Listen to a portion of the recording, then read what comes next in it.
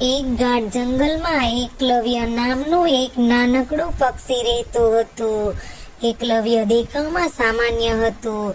તેના પીછાનો રંગ આછો રાખોડી હતો, જે જંગલના બીજા રંગબેરંગી પક્ષીઓની સરખામણીમાં સાવ ફિક્કો લાગતો હતો. એકલવ્યની સૌથી મોટી ઈચ્છા હતી કે તે સૌથી મધુર ગીત ગાય. તે દરરોજ સવારમાં ઝાડ નીચે સૌથી ઊંચી ડાળી પર બેસીને ગાવાનો પ્રયત્ન કરતો, પણ તેનો અવાજ સહેજ કર્કશ અને બેસુરો હતો. એક દિવસ જંગલની વચ્ચે આવેલા ચમકતા તળાવ પાસે તેને એક અદ્ભુત પીછું મળ્યું.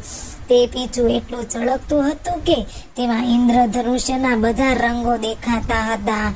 એકલવ્યના મનમાં વિચાર આવ્યો, જો હું આ ચમકદાર પીછું મારા માથા પર લગાવી દઉં તો હું બધા પક્ષીઓ કરતા સુંદર લાગીશ અને મારું ગીત પણ આપોઆપ સારું બની જશે.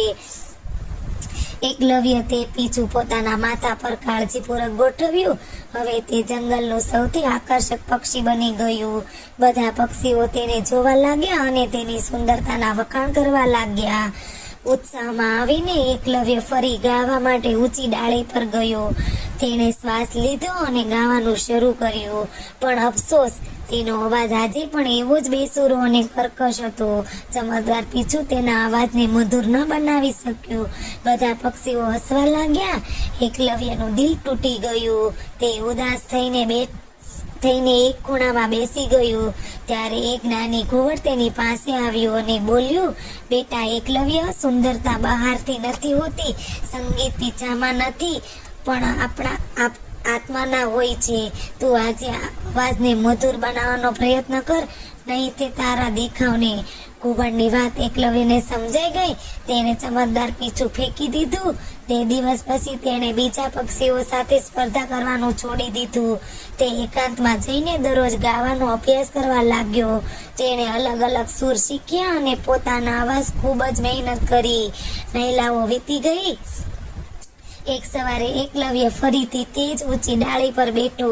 તેના પીછા હજી પણ સામાન્ય હતા, પણ જ્યારે તેને ગાવાનું શરૂ કર્યું ત્યારે આખું જંગલ શાંત થઈ ગયું. તેનો અવાજ અતિ મધુર, કોમળ અને ભાવનાઓથી ભરેલો હતો.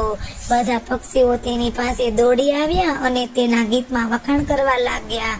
એકલવ્યને સમજાઈ ગયું કે સાચી સફળતા અને સુંદરતા મહેનત, સમર્પણ અને આંતરિક ગુણોમાંથી આવે છે, નહીં બહારના દેખાવમાંથી.